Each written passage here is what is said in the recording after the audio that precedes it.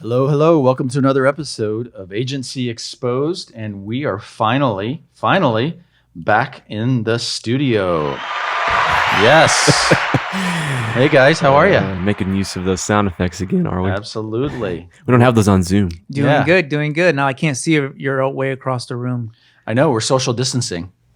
Kind of. I think my windscreen on my mic is N95. It is. It's N95 compliant. Yeah, just don't tell anyone. Ken, how are you? Man, I'm doing great. I'm doing great. Good. Healthy, happy, family, not immune to all the stuff that's going on by any stretch. And so going through the same issues that you guys and everyone listening is going through, but grateful for where we are. Awesome. Yeah. How about you, Brad? Yeah, I feel I got a little more stride now. I feel like maybe just kind of getting used to things. So yeah, doing good. I'm really excited about summer and Good. Yeah. I hope that this is a sign of things to come with the podcast, that we're able to hopefully continue to do this here in Nashville. Our state's been a little more aggressive maybe than a lot of states, but things are slowly opening up. And while I appreciate Zoom, it's good to see you guys in person. So yeah, it's good to get going. I don't have to wear my blue light glasses right now. I'm still in my pajamas. Yeah. Yes, you are. So today, let's talk a little bit about just the coming out of what's happening for businesses and agencies. I know, we'll talk a little bit about your own experiences with your businesses right now and what we're seeing, and people are dipping their toes in the water, it seems. Ken, for you who specializes almost exclusively in e-commerce, I've seen some stats that are out there that, e-commerce in context of the country's economy, made up for typically between 12 and 15%. And now, through all of this, it's up to 25 to 30%. That's like a growth of 100%. I think they say it's grown the amount of 10 years in 2 months. Wow.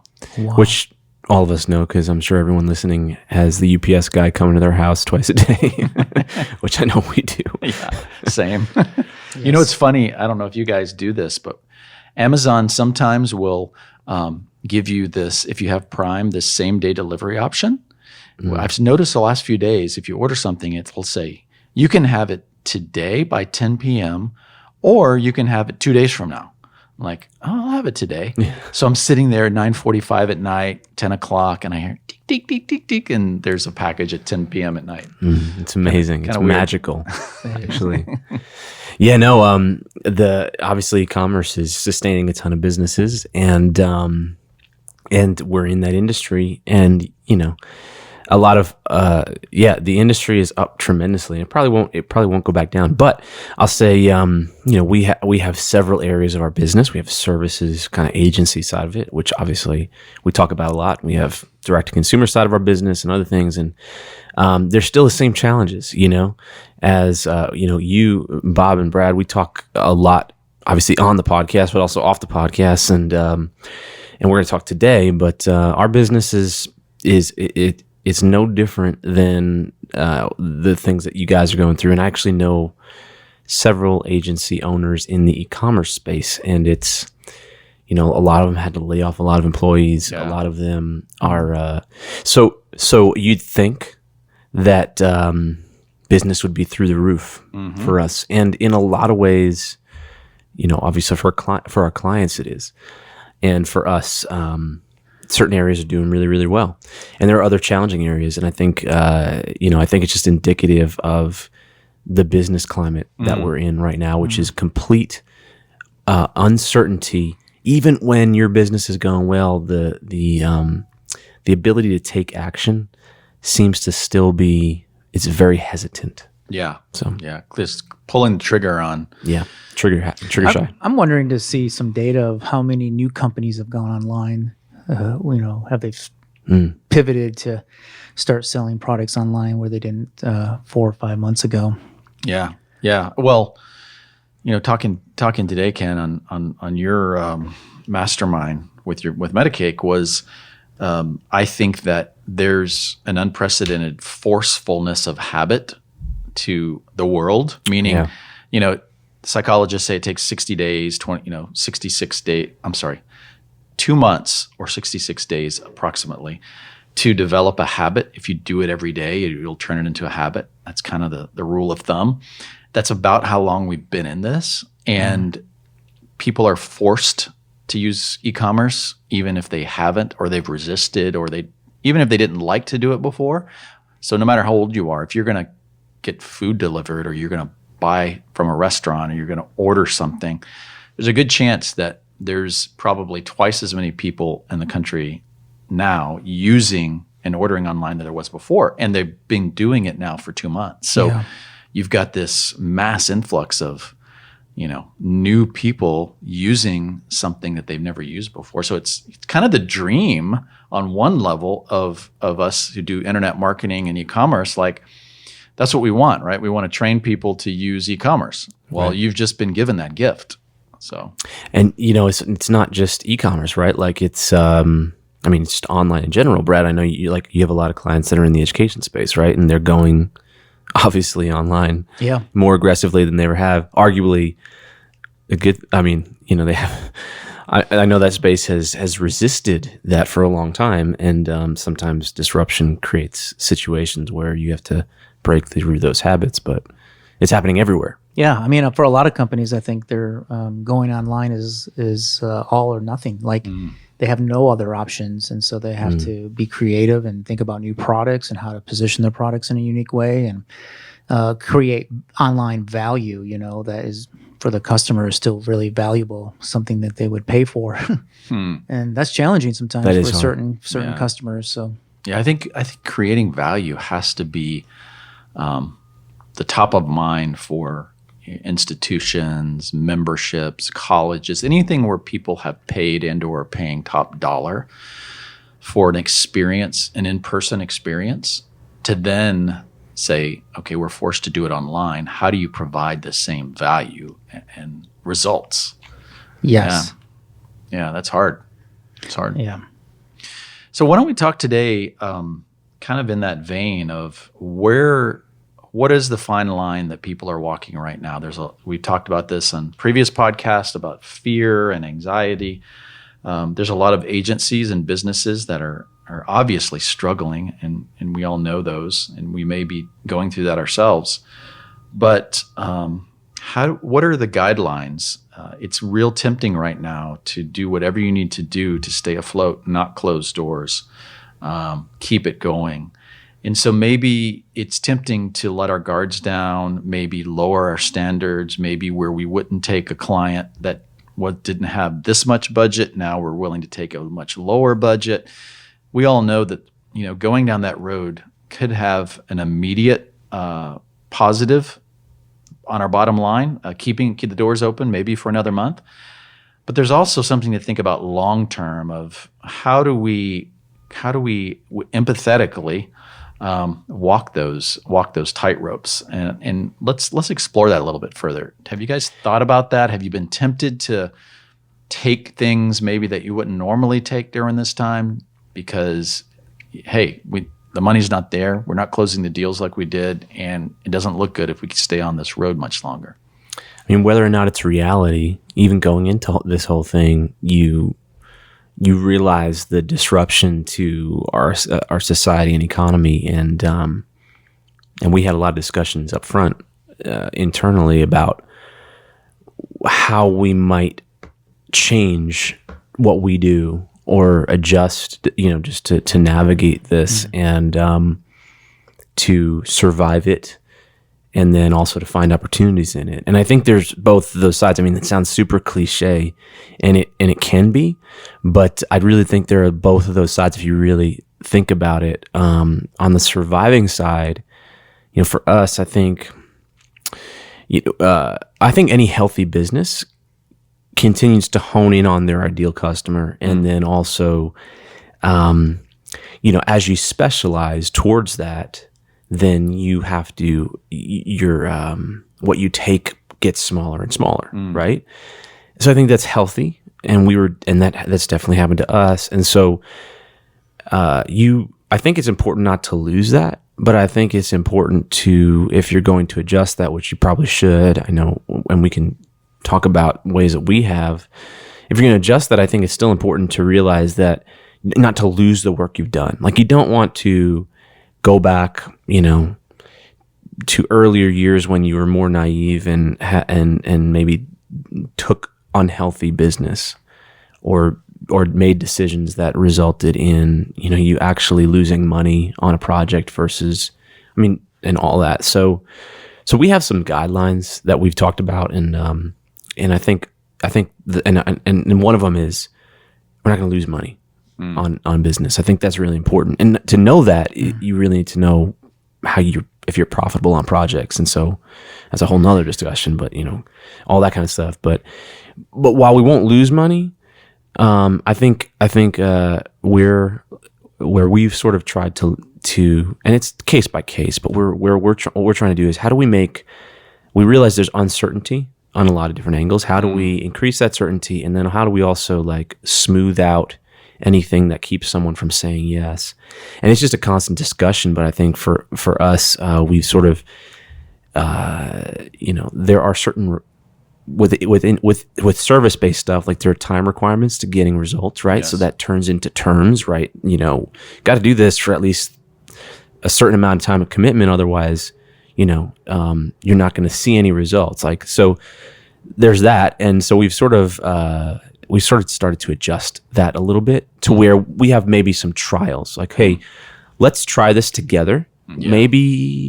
Maybe for less than we normally do it, not because we're desperate, or because you're uncertain, but because that there's this obvious climate that we're in.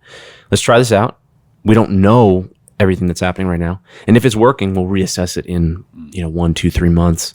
Yeah, I think that's a good way to look at it. What about you, Brad? Yeah, I think it's everybody's business culture and and how they define their business. There's some businesses that thrive off taking new challenges of things they've never done internally. And so we all do that in some ways. We get new customers and we think we're the best fit for what their needs are. And then we find out that they want to do something that's unique that we haven't done before.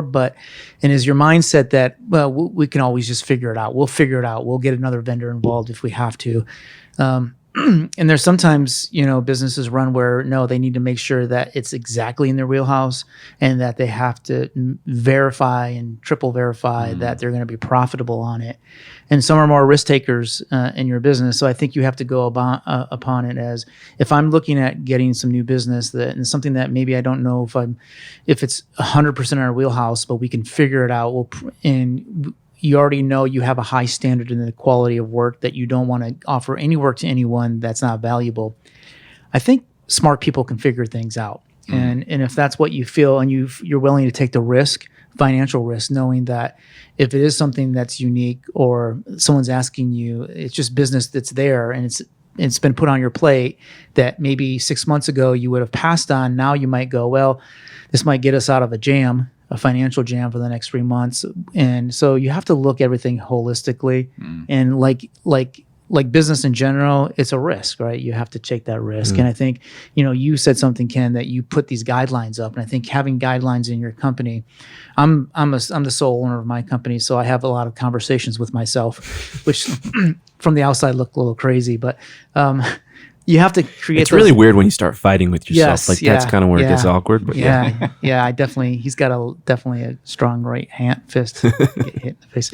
Anyways, and so with that being said, it really depends on your business and if that feels different to you. If it feels different, then maybe you need to, really have some checks and balances. Maybe you bring in somebody that's trusted on the outside and say, hey, this is something new I'm doing. It's a new customer. There's a little more financial risk for us. I think we can pull it off, and I think we can pull it off at a high level.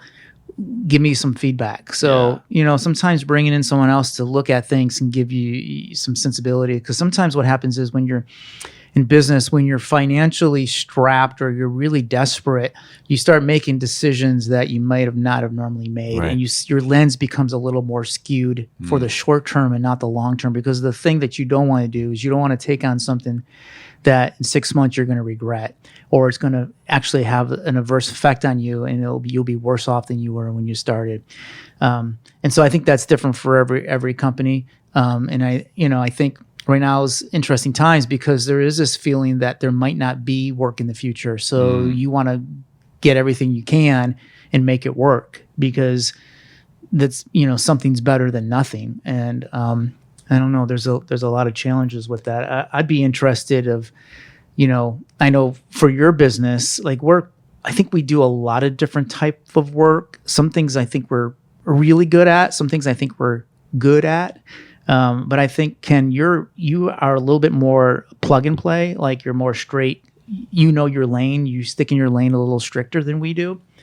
I'd be interested, if you had an offer for some new business that you maybe didn't even have the staff for, but you knew contractors and freelancers that you could bring in, and maybe down the road, the work that you would get initially to bring in the client, you would initially do other work that you were really good at. So let's say, like, for instance, it was a e-com client, but really what they wanted to do is they needed a big branding project. And you're like, and it's actually packaging design for the actual end result. Like, knowing that's what they're asking for right now, and 6 months from now, maybe this other work that's going to be more in your lane.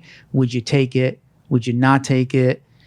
Yeah. Would you take it now and you wouldn't have taken it 6 months ago? Like, No, well, that's a good question.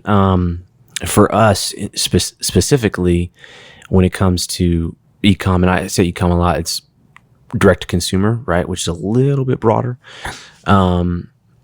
For something like packaging design, we probably would take it, but we would take that in a good time too. Not because we're a package design company. We've done really great package design, but because if what the client needs is package design through the lens of an experienced e-commerce direct consumer strategy, then, and we have the skill set to do that, then we would do that. If it was, maybe I can't think of something off the top of my head, but something different than that was like, it didn't need any direct consumer knowledge at all or whatever. And They it was just want the art creative. Yeah, then probably no. But I do think right now, it's I don't think that doesn't exist. Yeah, that doesn't exist. Yeah, right. Package design for not a product. Well, I was going to say right now, I think the difference is, and I preach this, we haven't really done anything like this, but I think repurposing, but not getting out of your lane, and that's really cautious, is important. Like, I mean, and it's a cautious thing. I think you can easily get outside of your lane, and I don't think that that's a good thing. I'll tell you for us what we'll so anyway, we don't advertise that stuff. Like, we advertise. Here's the distinction I would say for us. Like, our advertisement stays pretty specific, and so so I would say rarely get anything outside of what we advertise for. If we did, it would probably be because they thought we were good based on something we had said through our specialty advertising, which is, again, direct consumer e-commerce. And then we'd just consider it in that context, I would say. But we're really honest about, like, if we're not capable of doing something, we don't feel like we can achieve a good end result, we don't have the staff on, I probably wouldn't hire new staff or our contractors do something that we don't normally do, mostly because I believe the value in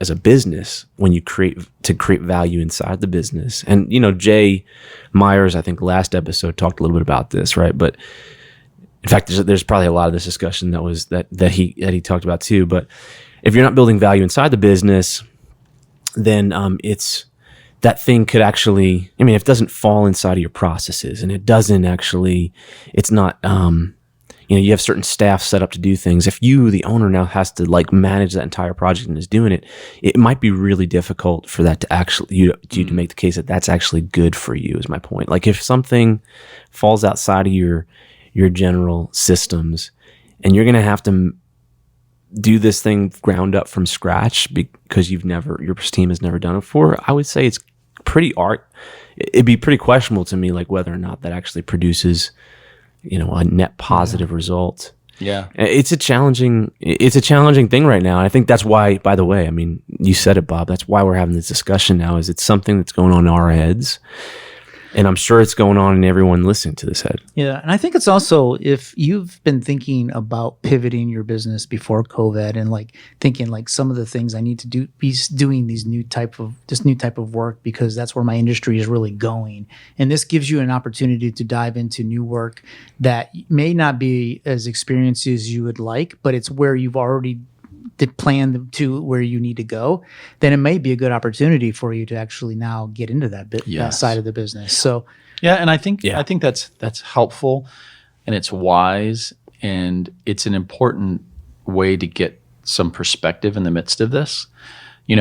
Ken, one of the things that you've said early on in the first few episodes of our podcast was, one of the things that you try to practice is not why is this happening to me, but why is this happening for me? And I think if we can have a little bit of that and a little bit empathy for ourselves and for our business to say, how is this? What do I need to strip right now? What do I need to do differently, or what do I need to add? Yeah.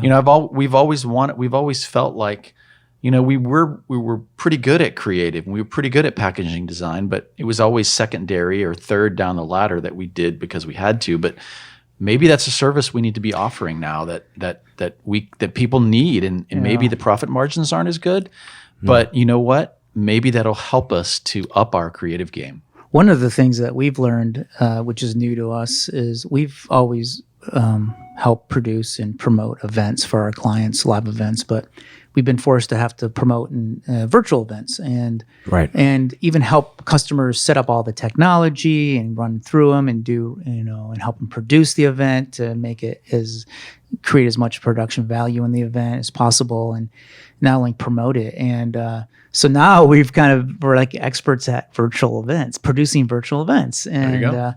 And so I think that's a great example. That's right? something new for us. Like because we haven't had the need.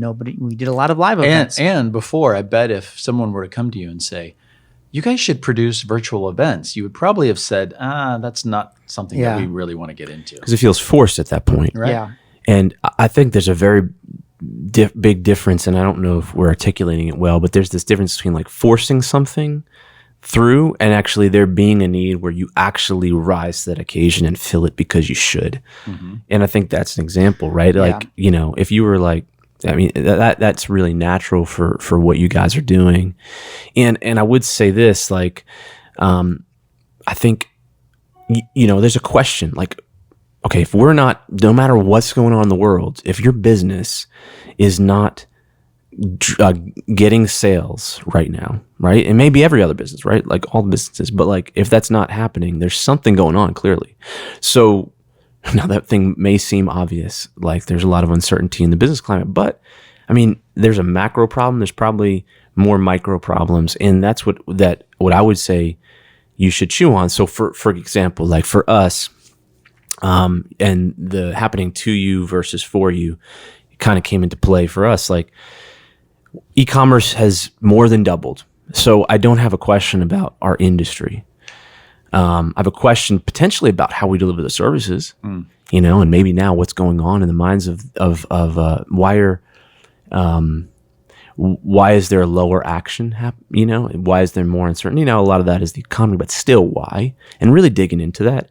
But I mean, you may find out that your industry, if it's, let's say your industry was in trade shows, like that may be a very, that industry may be shifting dramatically.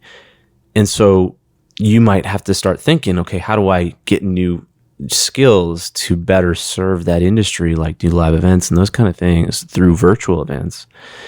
And that's a different result. So I think you have to consider the trajectory of your industry as to whether or not, you take on different work that you weren't doing before. For us, I'll get a good example of that is in e-commerce, local pickup is a big thing now. Or it's not yet, but I believe it will be. It's very important now. There's just not a lot of infrastructure around it. But we rarely touched local pickup before. Explain what you mean by that. So like you order something on a website and you can pick it up in the store, or you can get it a curbside delivery.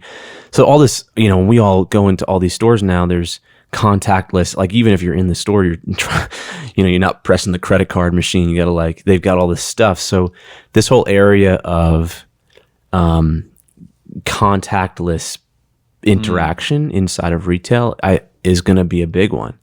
And even just picking it up without touching anyone. Well, that's something we never did before. I mean, we did very little of it because no one really needed it. Now all of a sudden we're trying to figure that out because that is a big area. So that's kind of a new thing. It's that cottage we're stepping industry outside. too. It's like the systems, the processes, the logistics, the deliverers, I think everything, love it or hate it, follows Amazon to some degree. Like they're the big boys. So if they're providing local delivery, local pickup, curbside delivery, same day delivery, you really need to be considering like, okay, how do I compete with that? Because I got to take away every obstacle, because the client's going to look at my product and they're going to say, okay, can I get it at Amazon same day? Yeah. You need to remove those barriers and say, we do the same thing. We get it the same day, or we're faster. Well, think about now, even aside from all that, like all the retailers on Main Street over here or anywhere, now you can't go inside the store. For a long time you couldn't. That's probably going to still be an issue. So they hodgepodge together curbside stuff. That's not going to scale. So there's just a skill set around that needs to be learned and innovated on. That's an example of one of the things for us. We went downtown yesterday. We're in Franklin, Tennessee. There's a smaller downtown, and it was a kind of a smaller ma and pa restaurant. And we were on the way there. We are going to go pick it up from them, and I went online and went to their website, and they have full online ordering with curbside pickup.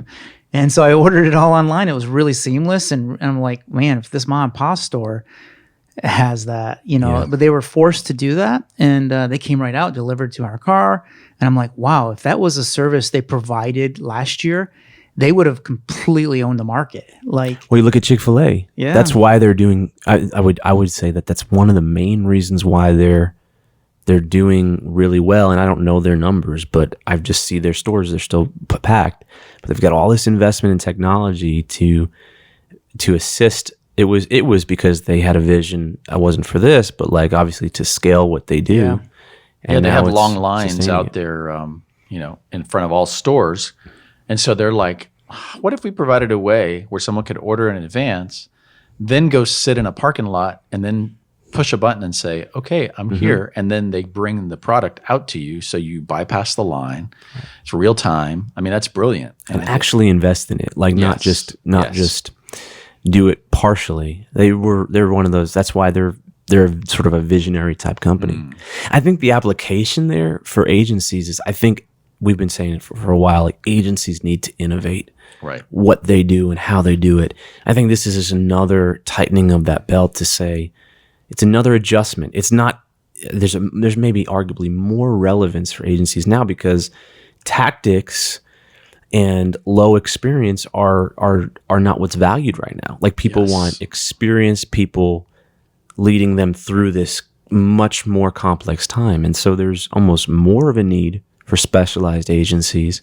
However, there might be an adjustment in how you deliver some of that stuff. And just to end sort of my opinion on this particular area, like you said, in our story, I try and look through the frame of why is this happening for me, not to me? Someone else taught me that, and I think it's been really productive.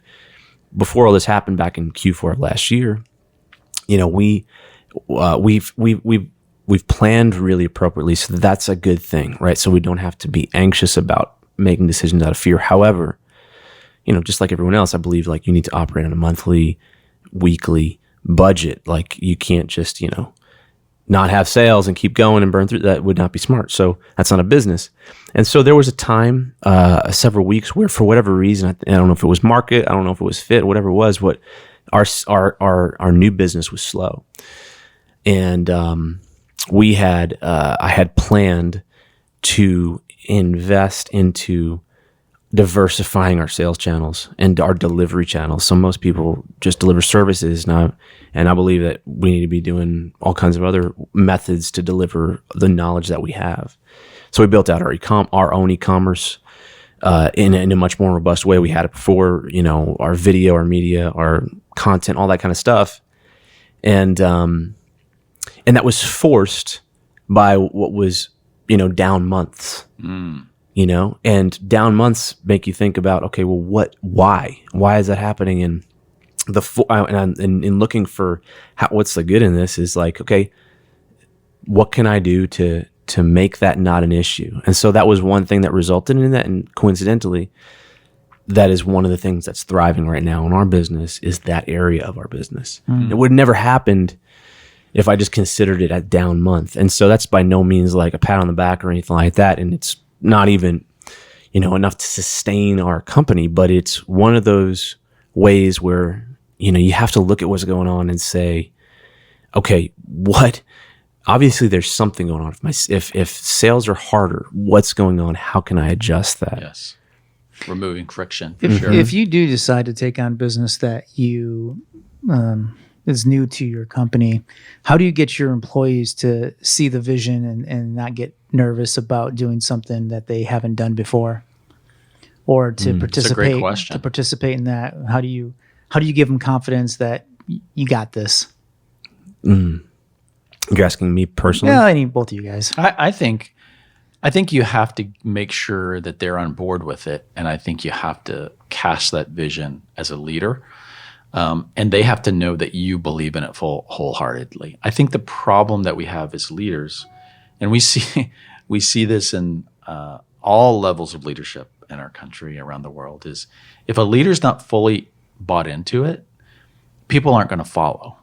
I was talking to my daughter's boyfriend yesterday, and he was talking about just, he and her are both at the same school, and said they had these people coming in, and they were pitching themselves as, this was a photographer, right? And so they have these group of photographers. It was like a fair.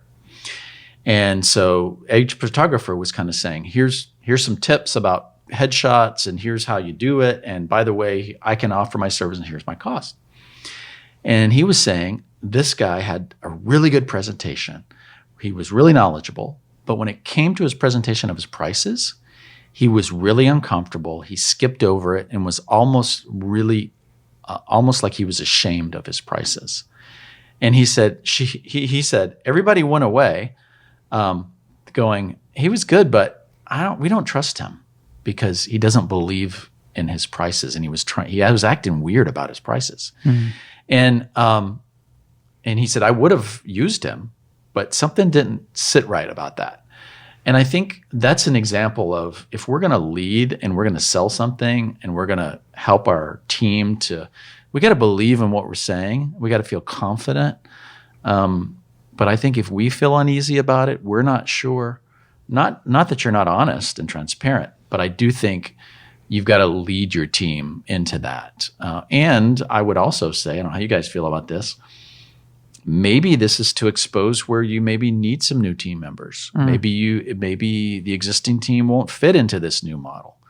Are we willing to go there with that? I don't know. I mean, that sounds harsh, but another question is how much transparency do you give employees of your business? Like, let's just say you took on a job and the real reason is that you need to get over a financial hump. Like, we need business, and you disclose to your employees, we're taking this on because we financially need this business. That might give pause to your employees or a little bit of anxiety that the business isn't doing as well as what they hoped it would.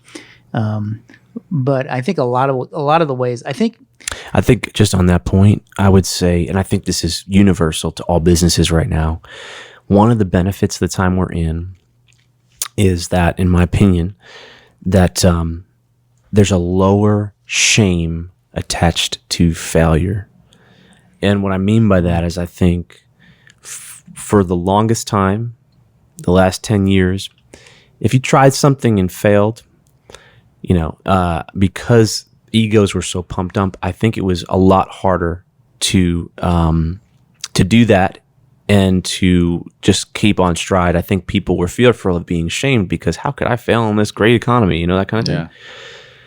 Right now, everyone's trying new things and trying to both adapt and survive and do all those kind of things. And I think now you have the ability to be more honest because there's no one that's not trying and no one that's not struggling in some way. I think if you could say, and I know a lot of businesses that are doing double, I'm in the e-commerce world, right? And so e-commerce is great.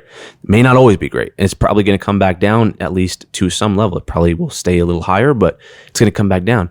So if you're naive enough to say, "Oh no, things are great. We're on top of the world," I think that is being naive. I think there's no one that that isn't, potentially struggling. And so now the cool thing about that is you can share the some of that. You can be more transparent, I believe, and not be seen as, well, what's wrong with our company? Like, why are we not? Because my concern would be if I ever shared that. And we have a pretty open culture, but I still think there's a capacity to understand those things that you have to be aware of with people. So sometimes I don't share things because it would just give people more anxiety than there is necessary, and so we don't. But right now, I think there's this chance of, like, you're not going to tell someone something, I would imagine, anyone in their staff, and hey, we're going to change some things because we need to be able to take on more work right now because we don't have as much. I doubt there's anyone that's going to be like, what in the world is wrong with this company if we're not, so I think if you remove that, I believe that some of that concern goes away. And I think we all know that the more information good people have, the better they can solve problems, right? And what I would say too is that if you pass over some work, decide not to take it on, don't look back. Just keep moving forward. Right. Don't think, man, what if I took that? Could have been in a different position. And if you do take something and it doesn't go as well because you're learning and trying new things, I've always done my best growth when I haven't quite met the mark and maybe struggled a little bit, and maybe even you would consider it things of failure. Those are the times that I've learned the most and grown the most personally as a business leader. So sometimes when you take on risk, that it might not always go the way you want, but hopefully you can look back and and if it doesn't go the way you want in 6 months, you're like, I probably shouldn't have taken this. Maybe sit down and write down what you learned from it and gain from it, because maybe that's even worth more than the money. That's a great point. And this goes to the core of what we've talked about before on this podcast, which is, the difference between, really trying to look at things from an abundance perspective versus scarcity. Scarcity says there's not enough business, there's not enough money, there's not enough toilet paper, there's not enough hand sanitizer, there's not enough food, there's not going to be meat in 2 months. Just this whole, and collectively as a society and as a species, we see what's happened when everybody kind of fears that same thing. You have runs on toilet paper, you have runs on meat, and the reality is there's no such thing as not enough toilet paper, right? Like, any of us in any partly developed world can find what we need. As long as people aren't running on the supermarkets, yes. Yeah, right. I can call a neighbor, I can call a friend, I can knock on a stranger's door and you can use a leaf. Yeah, you can lose a leaf. There's lots of things that are much more important than toilet paper that there's solutions for that. Now, but I was personally, and I fell into this, like, I was getting up at like 6 o'clock in the morning. I was like, I'm going to go to the grocery store when it opens. I'm going to be the first one in line, and I'm going to get some toilet paper. I still had a couple of rolls left, but I'm like, I better get some big boxes of it. And in the same way, like, if that's what I'm doing with my business, like, oh my gosh, I better take that I wouldn't normally take. The whole cliche of what you focus on expands. I'm going to find myself 3 months from now with 2 or 3 really customers that probably could affect me negatively because I'm spending so much time. I'm not making much money. They're a pain in the butt. They're not really it's not my specialty of what I'm good at. I don't want to be there in 3 months and saying, okay, I'm now halfway down the hole I was in, even worse because I took that. So I don't know if that resonates with anyone or if it even makes sense, but I think it goes back to our mindset of saying, I'm gonna really maybe add something new. I'm gonna, like we've been talking about, pivot. Maybe I need to change my lineup of who I have on my team. I don't know. Yeah, I think there's times in life where you shouldn't do something. Do you know what I mean? You just know, like, I shouldn't take that, and I know better than that. I know. Even if it draws you to it for some reason, maybe financial reasons or whatever. But there's certain times where you're on the fence and you don't know, and you don't know and it's like business. Sometimes in business, you just literally don't know what choice to make. Maybe both choices are not that great, and you have to make the best of the worst choice. And so, at some level, you have to get to that point where you have to trust in yourself and your decisions and your decisions making. You have to look at your track record and go, you know what? I've made some pretty good decisions in the past. Maybe made some bad ones too, but made some pretty good, more good decisions. And, and as long as you're not going, okay, I need to stay for 100% stay away from it. If you're on the fence, try to get as much guidance as possible. Try to read, try to talk to other employees about it beforehand. Try to get guidance from outside, somebody that knows you well and knows your own personality. Also check your heart if you're at all excited about the company. Like if I work for a company and I take on work that we haven't really done, but if I'm excited about what they're doing and I completely understand what would be a success for it, I can get there. I know I can. I'm confident. I'll figure it out and I'll do a great job because I understand myself and I understand the level of quality and level of intention that I put into things. As long as I know what the end result should be, and I really love what the company's doing, and I love their culture for a new client. But if it's a client that I'm like, I don't know, man, I might get myself into, I don't like what they do, or I'm not excited about it, then, you just have to weigh those things out. And I think, everyone's in a completely different situation right now. We understand that, and you have to do what you have to do for your own work family. But I mean, I think it's important to say though, is like to what you guys are saying, just to clearly don't just follow the herd, right? The herd will always be going. If you always follow the herd, you'll always be behind, where you need to be as far as the curve is concerned, right? And you'll always be wondering, why can't I innovate? Why can't I do this? People that do those things have a greater vision and also take risks, at least risks that are covered. I would not say bad risks, but take certain risks that they believe in. And if you just follow whatever, so if everyone else is anxious about where the next dollar is going to come from and uncertain, and you follow that and believe that yes, business is hard and people aren't buying, then you will follow that path, and and that's what will happen. If you believe otherwise, and that's the difference between scarcity and abundance. If you believe, no, I mean, look, and it's the truth. Like there's still the same amount of money and cash and needs and pain and problems and opportunities, toilet paper, all that kind of stuff, right? It may be shaken up, it may be stopped up a little bit, but it's there and it's going to flow somewhere.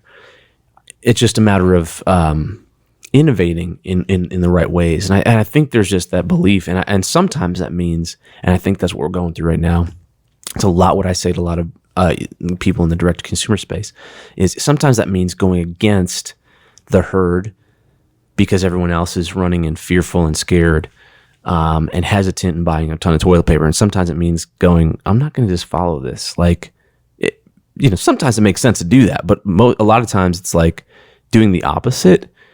And the thing that's counterintuitive is actually the right thing if you believe in it. And you have to really assess that for yourself. But don't just follow all that stuff just for the sake of it, because you'll just end up in the same place as everybody else.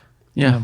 Yeah. And I think maybe for many business owners, it could be an opportunity to make the hard decisions that you've been thinking for a while.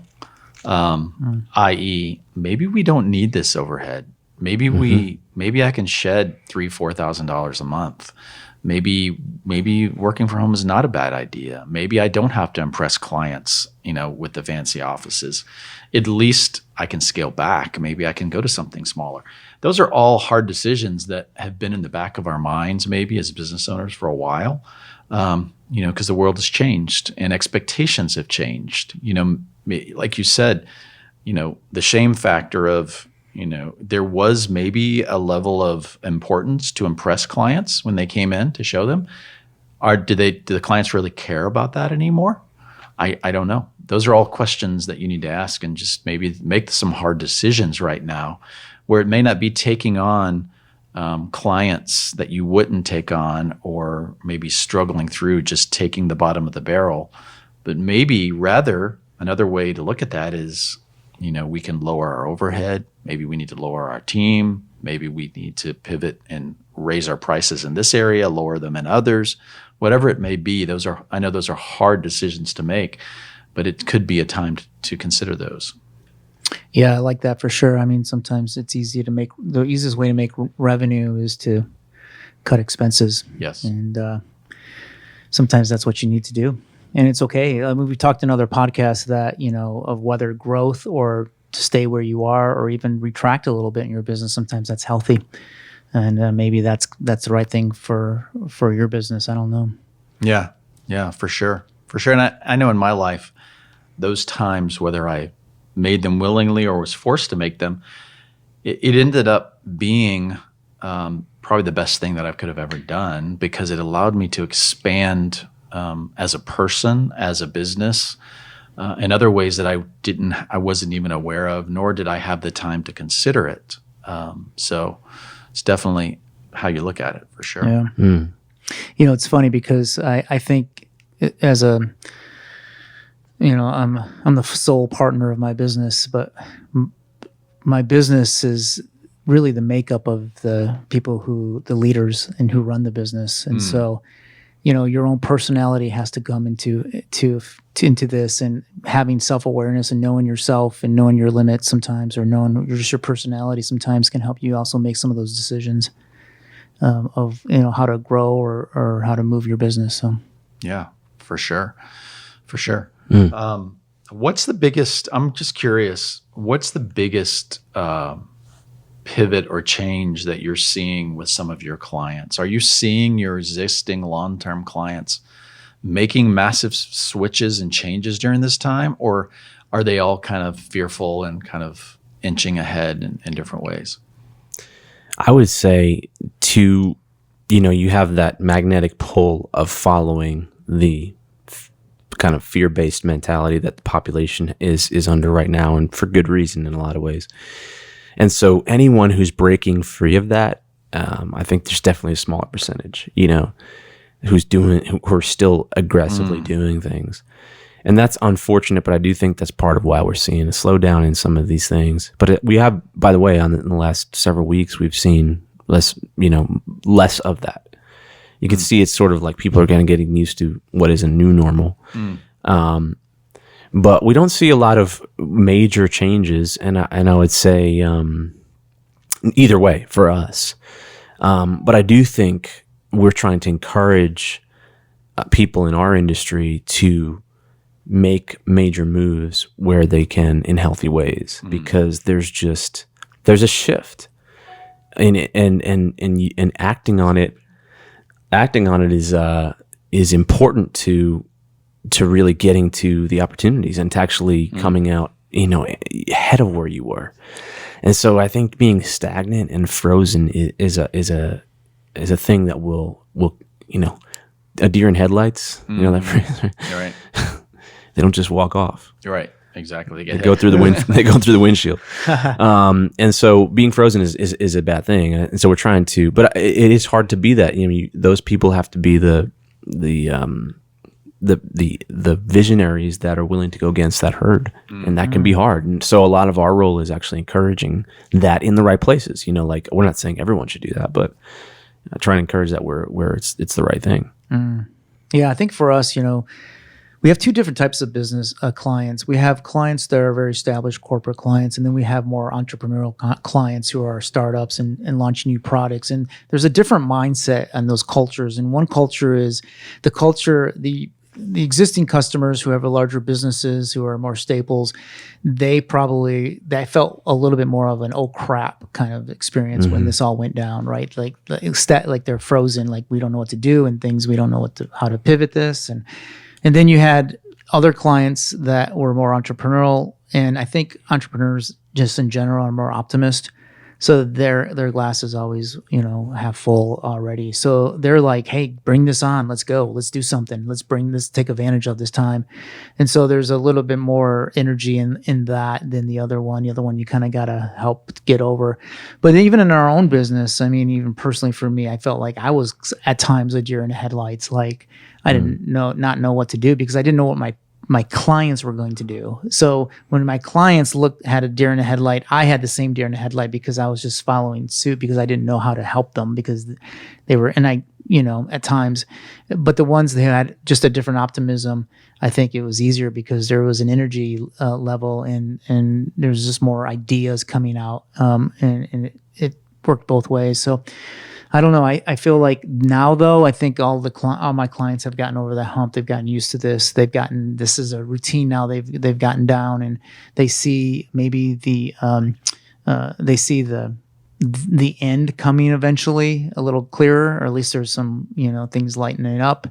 And so I think now they've been able to make that pivot. They understand that they did make the pivot, which is really cool to see because there's some, at least one of our customers, if not a couple of them, I was really concerned that they weren't going to be able to get over that hump very, very easily just because of some bureaucracy in a larger company and stuff. So I'm glad to see them do that. I'm really thrilled to see that they've been able to make some successes through it. And I think those little wins that they have give them confidence that they could actually, again, a lot of them introduce some technology into their business that I never thought they would do. And now they're doing it. And now it's actually becoming like, I think that they can leapfrog and continue now to even push themselves further, which I think in the long run will help their business and their business will become more progressive because of it. So there's a lot of excitement that I see. And again, sometimes as an agency, you can kind of be a fly on the wall and see how the company works and how they react to some of this stuff, and hopefully you can influence them and help them too. So, one of the things that you and I have talked about, Brad, and I know we may have said it on this podcast and we may not, but I think agencies really need to start see themselves as producers and psychologists, right? That's what we do. It's, you need to see yourself as a media company first and then a commodity business second. But when it comes to marketing, consumers are smart. They're in control now. There's more choices. And it's less about, I think, the ad and the flash, and it's more about getting into the mind of the consumer and really helping them to make a decision and to see themselves. I always say, it's to see themselves clearly in a mirror using your product or service. Yeah. In order to do that, you've got to get into the psychology and you've got to create the media instead of just buy the media. You've got to create the media, create the conversation, create the creative, create the products, create the technology. And so I think that's really important, especially now for agencies and businesses that are offering what we do, to really kind of see themselves as more of a psychologist and more of a producer of media versus just, offering services to people, because I think those days are over because people are looking for specialists and you do have to understand the mind of the individuals if you're going to be successful. And plus, if I'm a business that's potentially a client of an agency and I'm uncertain about the world, how certain am I going to be? In the past, it might be like, yeah, I need a design agency or a branding agency or a Facebook agency, something like that. But and they're sort of being the strategist, the client is, and they're looking for that piece. Right now, they're uncertain about a lot of things, and they're certainly not certain about the areas they don't know, which is what piece do I need?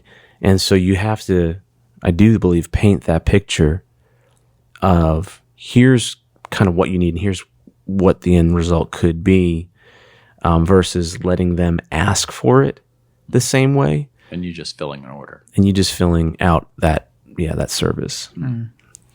That's great. Good discussion, guys. Good discussion. One thing I want to do is just give people both of your email addresses for your companies. So Brad at anthemrepublic.com. My email is B as in Brad Ayres, AYRES at anthemrepublic.com. All right. You can learn more about what Brad does. And then Ken, you want to give yours? Mine is just Ken, Ken, at metacake.com, METACAKE.